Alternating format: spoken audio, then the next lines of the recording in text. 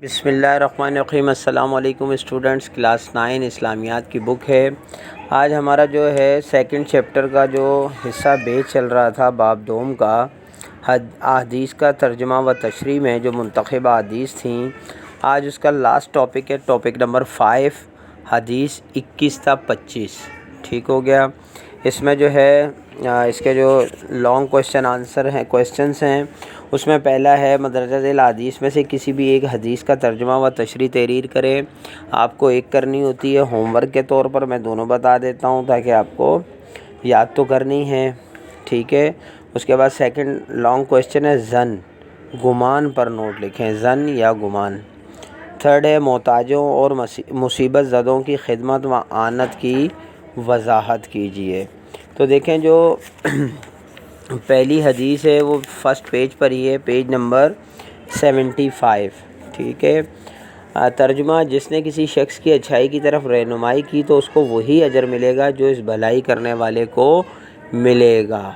بات سمجھ رہے ہیں؟ ایک شخص جو ہے وہ دوسرے شخص کو اچھائی کی طرف راغب کر رہا ہے اور اس کے راغب کرنے سے وہ اچھائی کرے گا، حالانکہ اس شخص نے تو صرف راغب کیا ہے، خود نہیں کی، تو اس کو بھی اس کا ثواب ملے گا۔ تشریح ہے: اس حدیث میں بھلائی اور نیکی کرنے، نیکی اور بھلائی پر ایک دوسرے سے تعاون کرنے کی تلقین و تاکید کی گئی ہے۔ قرآن کریم پرہیزگاری اور نیکی کے کام میں ایک دوسرے کے تعاون کا حکم دیتا ہے، جبکہ گناہ اور نافرمانی میں مدد کرنے سے روکتا ہے۔ یہ سورہ المائدہ کی آیت نمبر 2 ہے۔ چنانچہ کسی کو اچھا مشورہ، رہنمائی اور تعلیم و تربیت دینے کے ذریعے جو کوئی بھی ثواب اس کام کرنے والے کو ملے گا، اس کے برابر اس کے معاون کو بھی ملے گا۔ معاون مین جس نے مدد کی تھی، جس نے بتایا تھا۔ لہٰذا ہمیں چاہیے کہ بھلائی اور نیکی کی طرف خود بھی بڑھیں اور دوسروں کو بھی ترغیب دیں۔ تو بہت اچھی حدیث ہے بھائی۔ اس کے بعد سیکنڈ آپ کی حدیث جو ہے وہ آپ کے پیج نمبر پر ہے 25 نمبر حدیث ہے۔ اس کا ترجمہ: بدگمانی سے بچو کیونکہ بدگمانی سب سے بڑا جھوٹ ہے۔ بات سمجھ میں آ رہی ہے؟ اس کی تشریح ہے: اس حدیث میں بلا ضرورت خواہ مخواہ بدگمانی کی ممانعت بیان کی گئی ہے۔ کسی چیز کی تحقیق اور خبرگیری کے سوا کسی کے بارے میں اندازے سے کچھ کہنا ظن یا گمان کہلاتا ہے۔ اگر اس میں کوئی اچھا مقصود ہو تو یہ حسن ظن ہے، جو ایک پسندیدہ خوبی ہے، اور حدیث میں اس کی ترغیب دی گئی ہے۔ خاص طور پر اللہ تعالیٰ سے حسن ظن رکھنا عبادت ہے۔ حضور اکرم صلی اللہ علیہ وسلم نے فرمایا، حسن ظن اچھی عبادت ہے۔ یہاں تک لکھیں، پھر اس کے بعد یہاں سے لکھ لیں، قرآن کریم میں اس سے منع فرمایا گیا ہے، اے ایمان والو بدگمانیوں سے بچو کیونکہ یہ گناہ کا کام ہے۔ سورہ الحجرات آیت نمبر 12۔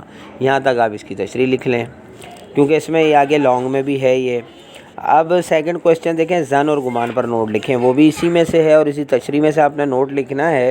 اب میں نے جو تشریح آپ کو شارٹ کروائی تھی، اب نوٹ میں یہ مکمل آئے گی۔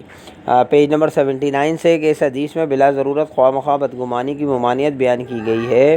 کسی چیز کی تحقیق اور خبرگیری کے سوا کسی کے بارے میں اندازے سے کچھ کہنا ظن یا گمان کہلاتا ہے۔ اگر اس میں اچھائی مقصود ہو تو یہ حسن ظن ہے، جو ایک پسندیدہ خوبی ہے، اور حدیث میں اس کی ترغیب دی گئی ہے۔ اب بات سمجھ رہے ہیں؟ مطلب کسی کی پیٹھ پیچھے جو ہے آپ جو ہے اس کی اچھائی بیان کر رہے ہیں کہ مجھے ایسا لگتا ہے کہ یہ شخص یہ نیکی کا کام کرتا ہے۔ اب یہ بھی ظن ہے، آپ کو کنفرم نہیں ہے نا، لیکن آپ نے اچھی بات کی کہ اس کا آپ کو جو ہے یہ حسن ظن ہے کہ آپ نے ان کے بارے میں اچھا سوچا، لیکن آپ ایسی بات کرتے ہیں، برائی کی بات کرتے ہیں کہ میں اس میں وہ برائی مجھے لگتا ہے یہ وہ برائی کرتا ہے، آپ کو کنفرم نہیں ہے، تو یہ بدگمانی ہے۔ اچھا جی، خاص طور پر اللہ تعالیٰ سے حسن ظن رکھنا عبادت ہے۔ دیکھیں اب اللہ تعالیٰ سے حسن ظن کیسے رکھا جائے گا بھائی؟ یہ بات سمجھنے کی ہے کہ اللہ سے ایسا گمان رکھنا کہ اللہ مجھے معاف فرما دے گا، اللہ بہت رحیم ہے، اللہ نے اپنی صفات بیان کی ہوئی ہیں، تو مطلب آپ اچھا ظن رکھیں کہ بالکل جی اللہ کی ذات ہے، اللہ مہربان ہے، رحیم ہے، وہ ضرور مجھے معاف کرے گا۔ اس طرح کی باتیں کرنا دوسروں کو متعلق کہ اللہ اسے معاف نہیں کرے گا یا مجھے معاف نہیں کرے گا یا اللہ ایسا کر دے گا، میں کوئی کاروبار کروں گا مجھے اس میں نقصان نہ ہو جائے، یہ بدگمانی کی باتیں ہیں۔ حضور اقدس صلی اللہ علیہ وسلم نے فرمایا، حسن ظن اچھی عبادت ہے، اور اگر کسی کے ساتھ برا گمان کیا جائے تو اس کو بدگمانی سے تعبیر کیا جاتا ہے، یعنی کسی کی نیت پر شک کرنا اور بے وجہ اپنے دل میں اچھا خیال نہ رکھنا بدگمانی کہلاتا ہے۔ قرآن کریم میں اس سے منع فرمایا گیا ہے، ایمان والو بدگمانیوں سے بچو کیونکہ یہ گناہ کا کام ہے۔